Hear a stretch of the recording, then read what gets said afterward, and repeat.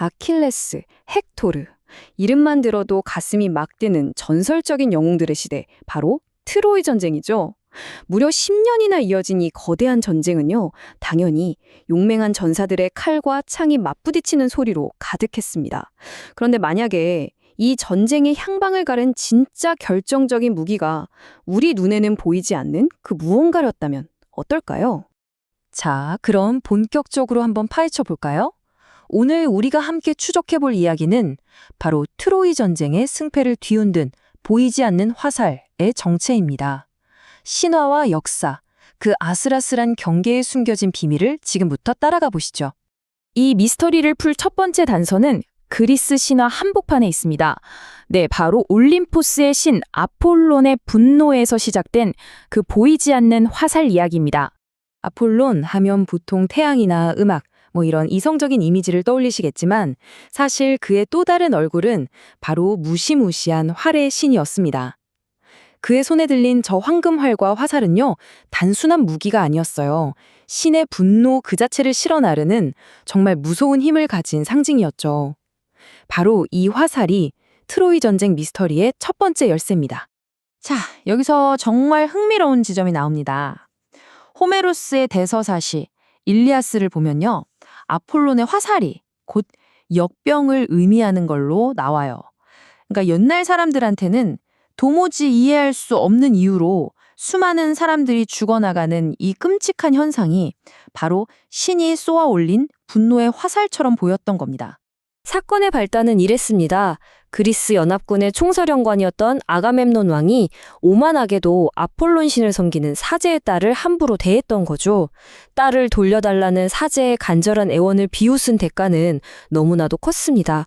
결국 아폴론의 분노가 담긴 보이지 않는 화살, 바로 역병이 그리스군 전체를 덮치게 된 겁니다. 한 사람의 오만이 그야말로 군대 전체를 파멸 직전까지 몰고 간 셈이죠. 자, 이제 신화 속 이야기에서 잠시 빠져나와서 이게 과연 얼마나 현실적인 공포를 담고 있었는지 한번 들여다볼게요.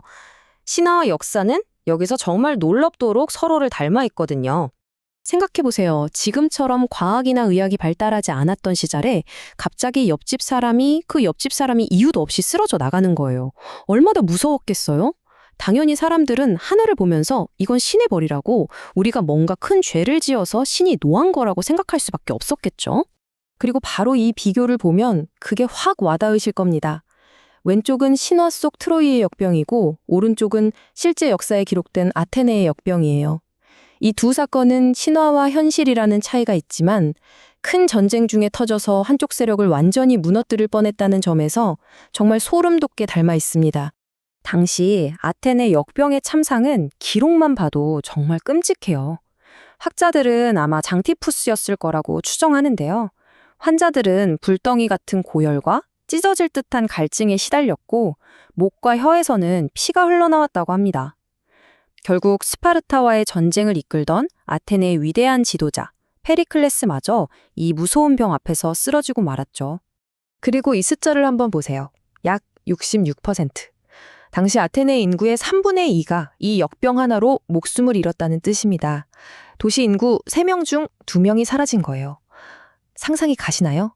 신화 속 아폴론의 화살이 결코 과장이 아니었던 거죠. 어쩌면 현실의 역병은 신화보다 훨씬 더 잔혹했습니다. 이처럼 역병이라는 보이지 않는 화살은 전쟁의 판도를 완전히 바꿔놓을 수 있었습니다. 하지만 트로이 전쟁을 뒤흔든 보이지 않는 힘이 역병뿐이었을까요? 아니죠. 이제부터는 더 노골적이고 거대한 변수, 바로 신들의 직접적인 개입을 살펴보겠습니다. 올림포스의 신들에겐 트로이 전쟁은 그냥 멀리서 구경만 하는 스포츠가 아니었어요. 아예 자기가 응원하는 팀 유니폼 입고 경기장에 직접 난입하는 수준이었죠. 각자 마음에 드는 편을 들고 직접 전장에 뛰어들어서 인간들의 싸움에 끼어들었습니다. 그야말로 전쟁터는 인간과 신이 뒤엉킨 거대한 홍돈의 장이었던 거죠. 보시면 아시겠지만 신들이 완전히 편이 갈렸어요. 지혜의 여신 아테네는 그리스 편에 딱 붙어서 온갖 묘책을 알려주고 전쟁의 신 아레스는 또 트로이 편에 서서 싸움판 자체를 즐기죠. 그리고 아폴로는 역병을 퍼뜨린 걸로도 모자라서 결국 영웅 아킬레스의 죽음에도 직접 관여합니다. 인간의 용맹이나 전략이 신들의 변덕이라는 이 보이지 않는 힘 앞에서 얼마나 무력해질 수 있는지를 보여주는 대목입니다. 그런데 말이죠. 이 모든 신들의 소란과 역병의 공포를 뛰어넘어서 10년간의 지긋지긋한 전쟁에 마침표를 찍은 건 결국 신이 아니라 인간의 머리에서 나온 아주 교활한 계략이었습니다. 전쟁사에서 가장 유명한 보이지 않는 위협이 드디어 등장할 차례입니다. 네, 바로 그 유명한 트로이 목마입니다. 그리스 군이 우리 이제 졌어요. 신께의 선물이나 바치고 떠납니다 하고 놔두고 가버리니까 10년 만에 승리에 취한 트로이 사람들은 좋다고 그걸 성 안으로 끌고 들어온 거예요. 그날 밤 트로이의 역사는 그걸로 끝이 났죠.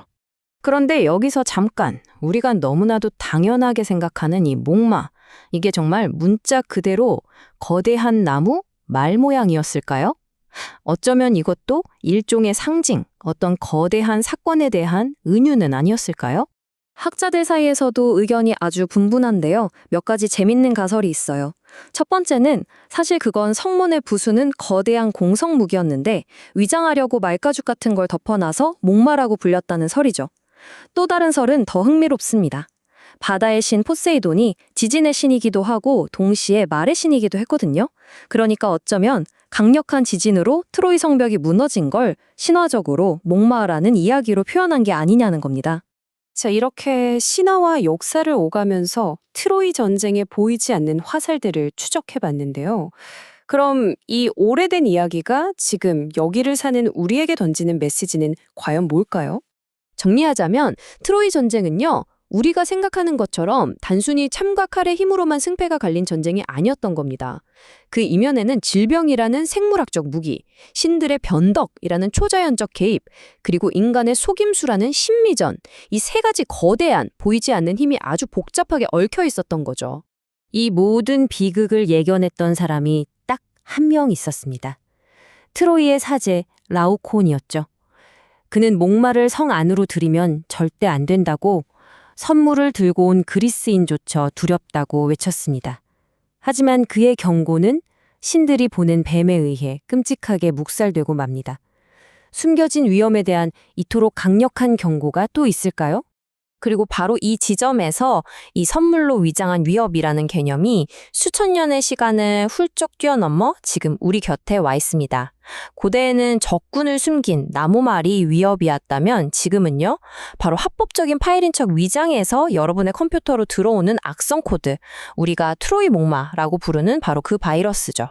고대의 목마가 트로이의 굳건한 성문을 열고 도시를 멸망시켰듯이 현대의 트로이 목마는 여러분 컴퓨터의 방화벽이라는 성문을 열고 들어와서 소중한 정보를 빼내거나 시스템을 망가뜨려 버리는 거예요.